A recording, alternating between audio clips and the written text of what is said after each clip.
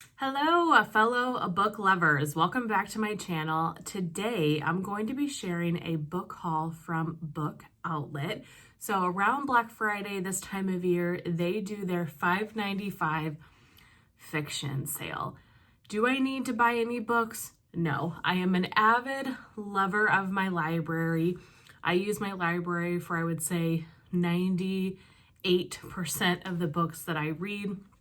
I get audiobooks.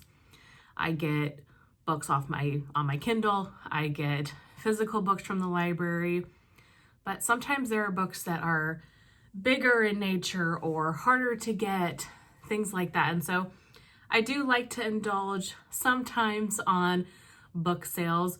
Also for like the summertime, if I go to the pool, to the beach, things like that. I don't want to bring a library book where I'm worried about the pages getting wet. So $5.95 is a great time to stock up. I have a barrage of free little libraries around me and they never have good books in them. Very, very rarely will I ever find anything super good. And so a lot of times what I do with these is I will read them and I will go donate them to one of the free little libraries and hope to give somebody some joy one day when they open up that free little library and see a popular book in there. So that's normally what I do. I have, I think 14 books here to share with you guys today. Just going to try to give you a quick synopsis if I can. Some of them I don't know exactly what they're about. All of them I have heard of at some point, which is why they made my cart. But let's just jump in. First up, we have The Witches of Bone Hill by Ava Morgan. I love this cover. It's so beautiful. This seems like it's a witchcraft type of book, maybe.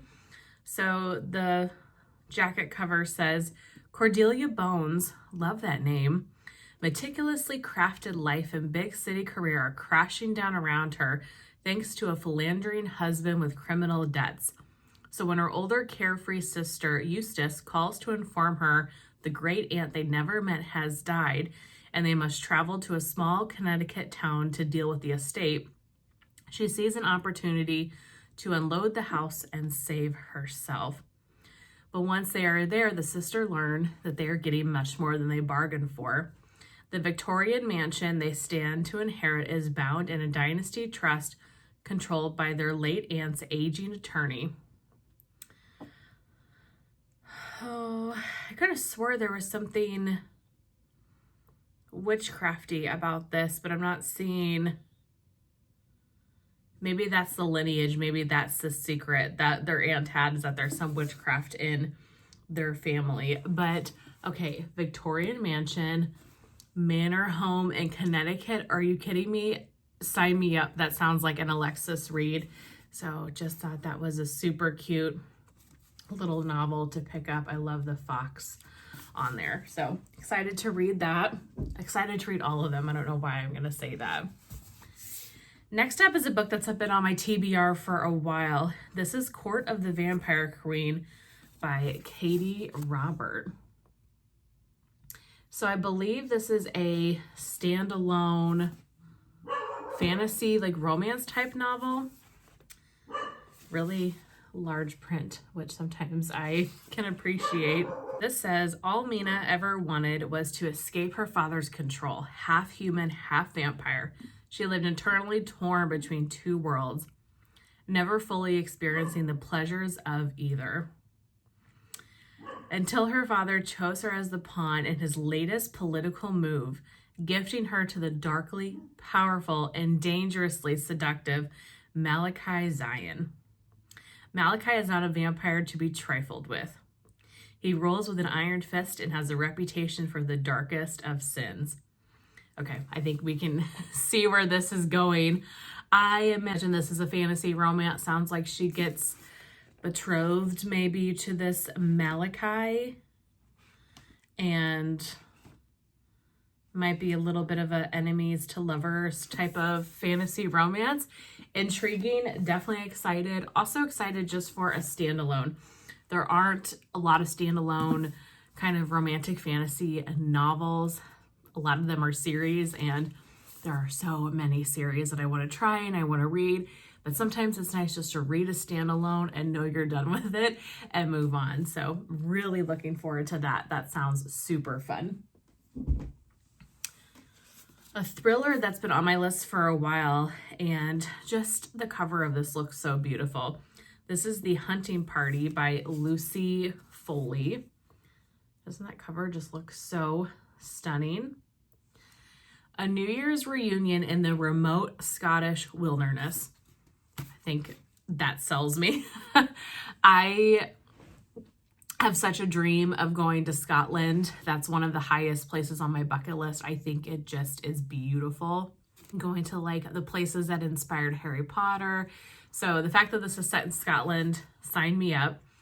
So it says, a New Year's reunion in the remote Scottish wilderness.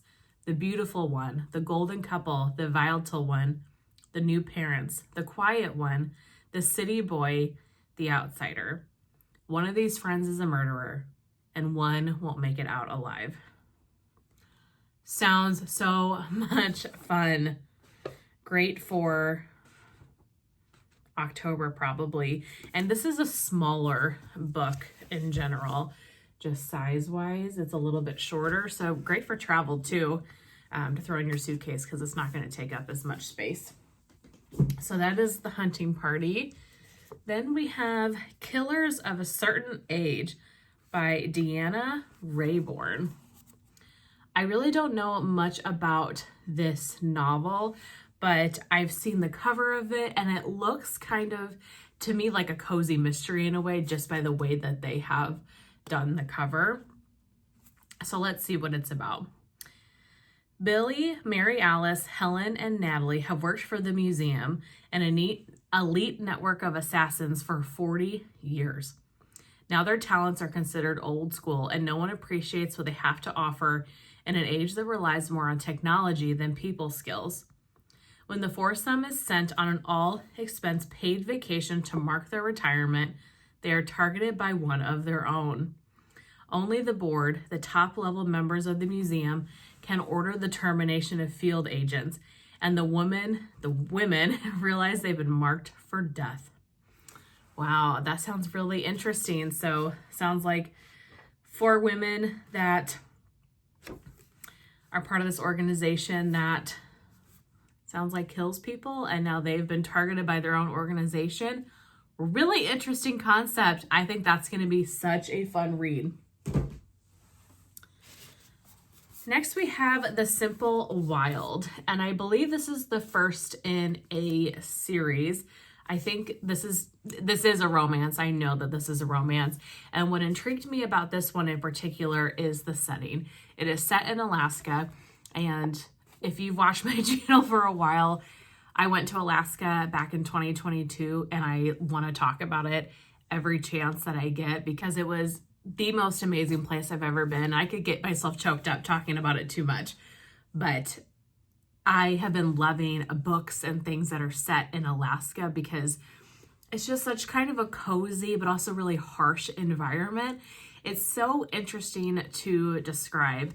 If you've been to Alaska, you might know what I'm referring to, but there's something so comforting about it, but it's also just such a harsh landscape. So I don't know, it just intrigues me when I think about Alaska.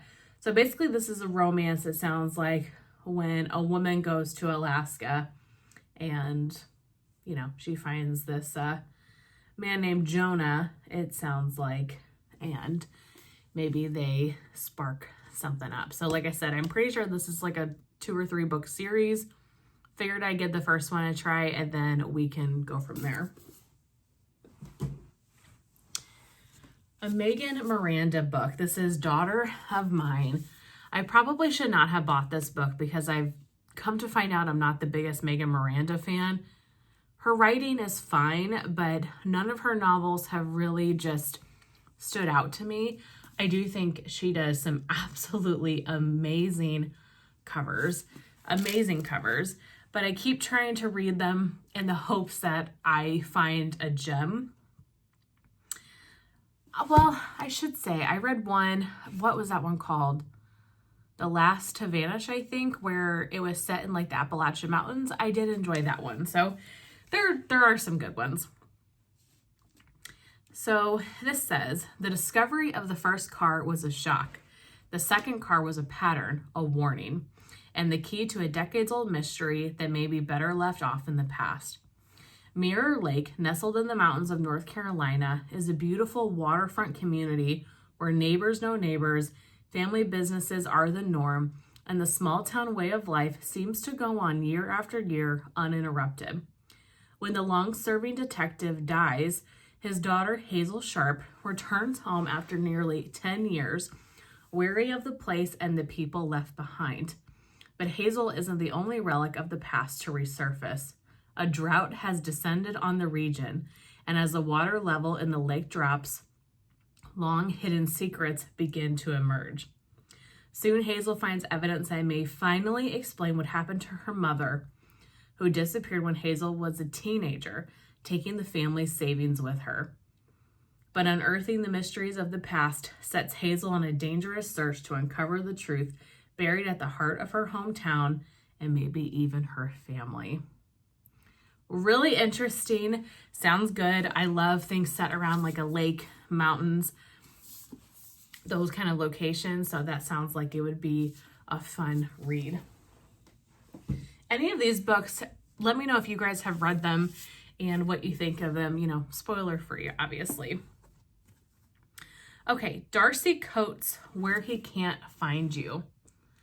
I have read a couple of Darcy Coates novels before, and she does a lot of really great haunted house type of novels. So if you're into spooky houses, haunted houses, pick up books from Darcy Coates. She does a lot of them.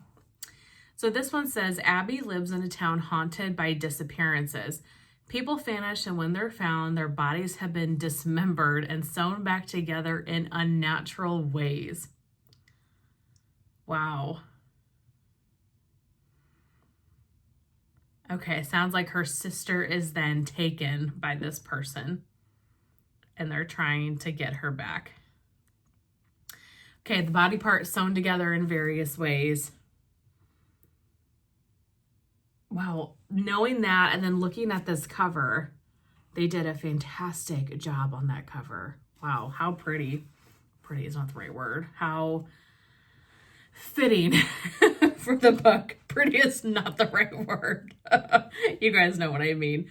It's just very fitting to what it sounds like the novel is about. I'm excited to read this. I want to say this is maybe a YA book of hers, but still sounds like a fun read. The Troop by Nick Cutter. Okay, I have heard so many things about this book, and I've been wanting to read it for a while, but just have never picked it up. Horror novel that I hear is incredibly gruesome, so you probably have to have kind of a strong stomach or can handle very gruesome topics in books to be able to read this one, but I've heard amazing things about this novel. So this is about a Boy Scout troop that goes into the Canadian wilderness for a camping trip, and then they stumble upon an intruder who is shockingly thin, disturbingly pale, and voraciously hungry. Tim and the boys are exposed to something far more frightening than any tale of terror: the human carrier of a bioengineered nightmare, a horror that spreads faster than fear.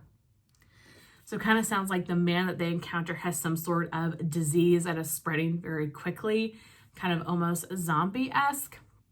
I don't know much more than that about it, but I'm sure it's about them trying to survive. And like I said, I hear it is just super scary and the most gruesome. So this might be one that I have to save for next October. We'll see, but that sounds fun. The Writing Retreat by Julia Bartz.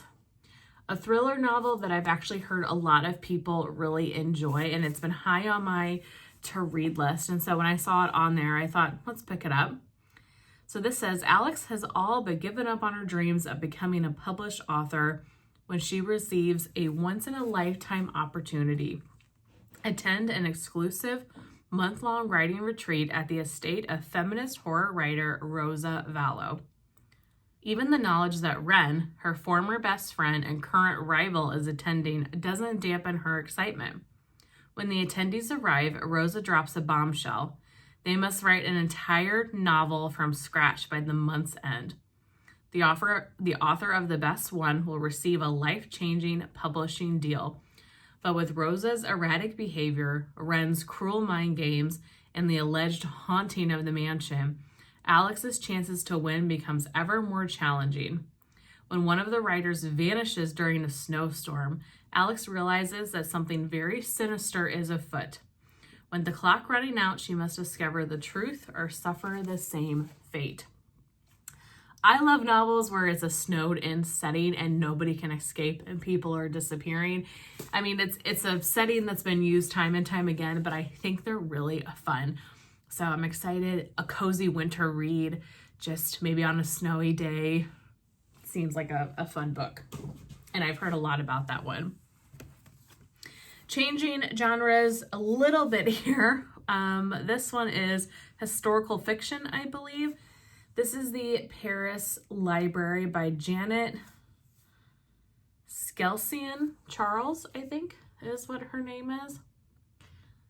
I am not a huge historical fiction person, but I get more and more into it with every novel I read. I know that this one has a good following and a lot of hype. So this says, Paris, 1939, young and ambitious Odile, O-D-I-L-E, has it all, a handsome police officer, Beau, and her dream job at the American Library in Paris. When the Nazis occupy the city, Oldie, that sounds not right, but I don't know how else to say it, so bear with me. Oldie and her fellow librarians join the resistance with the best weapons they have, books. When the war finally ends, instead of savoring freedom, Oldie tastes the bitter sting of betrayal. Then it says Montana, 1983. Lily is a lonely teenager intrigued by the air of mystery about her elderly, solitary neighbor from Paris. As Lily uncovers hints about her past, she finds that they share a love of language and books, never suspecting that a dark secret connects them two. Okay, so it sounds like the woman from 1939 in Paris moves to Montana and there's something maybe a little sinister or some secret that she's sharing. Really, really fun. I like that it's set in both Paris and Montana. I'm going to have to look up how to say this woman's name because oldie sounds not right. It sounds kind of offensive. All right. Stephen King. His books for me, I really enjoy Stephen King, but a lot of his books are so large that sometimes they're hard to get from the library for the length of time that I need to have them to be able to read them. So they had Fairy Tale on the site. It's a big old book. And so I thought, let's get it, put it in your collection. That way, when you do get around to reading Fairy Tale, you really can sit with it and not have to rush through it. From what I understand, this is very different than the other novels that he has written. It's more about like a fantasy world, I think. So let's see. Charlie Reed looks like a regular high school kid, great at baseball and football, a decent student, but he carries a heavy load. His mom was killed in a hit-and-run accident when he was 7, and grief drove his dad to drink.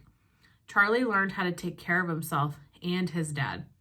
When Charlie is 17, he meets a dog named Radar and her aging master, Howard Bowditch, a recluse in a big house at the top of a big hill with a locked shed in the backyard. Sometimes strange sounds emerge from that shed.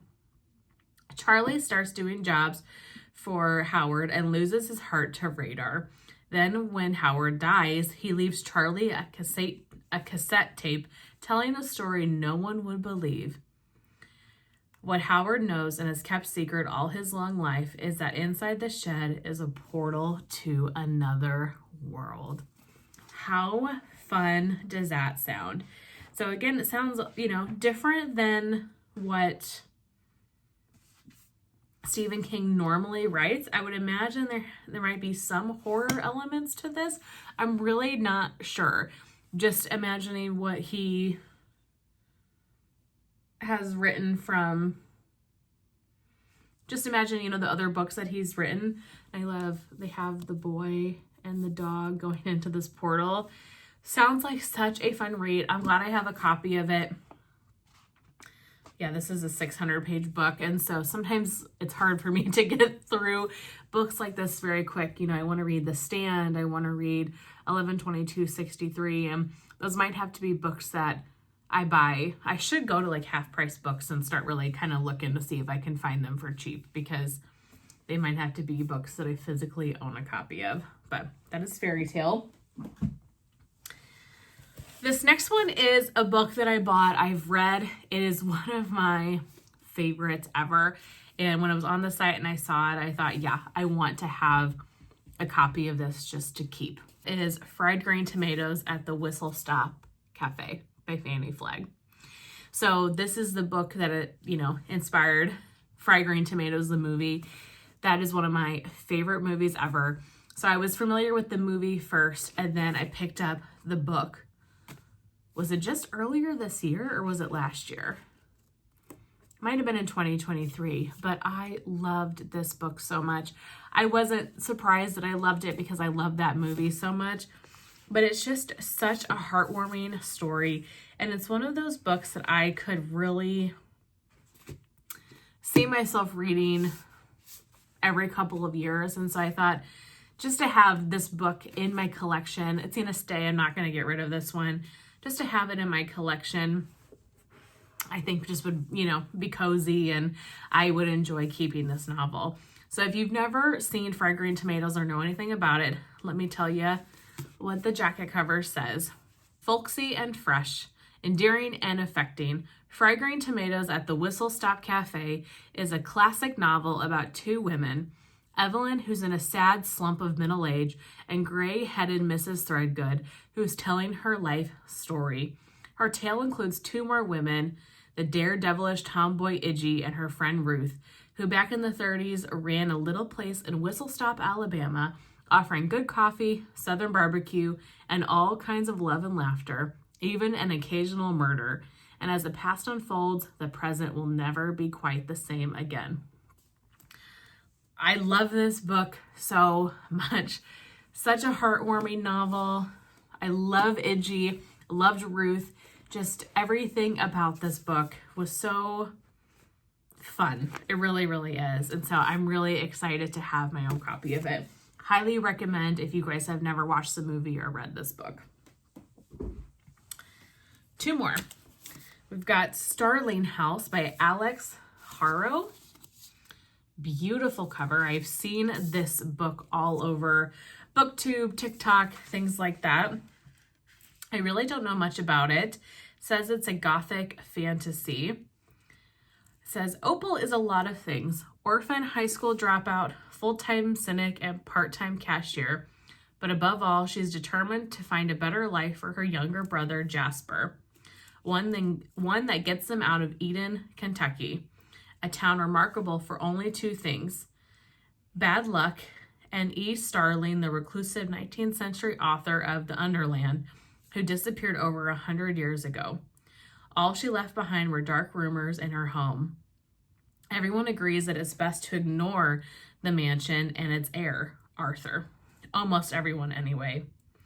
Opal has been obsessed with the Underland since she was a child.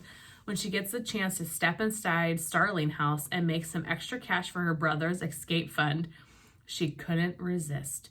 But sinister forces are digging deeper into the buried secrets of Starling House, and author's own nightmares have become far too real.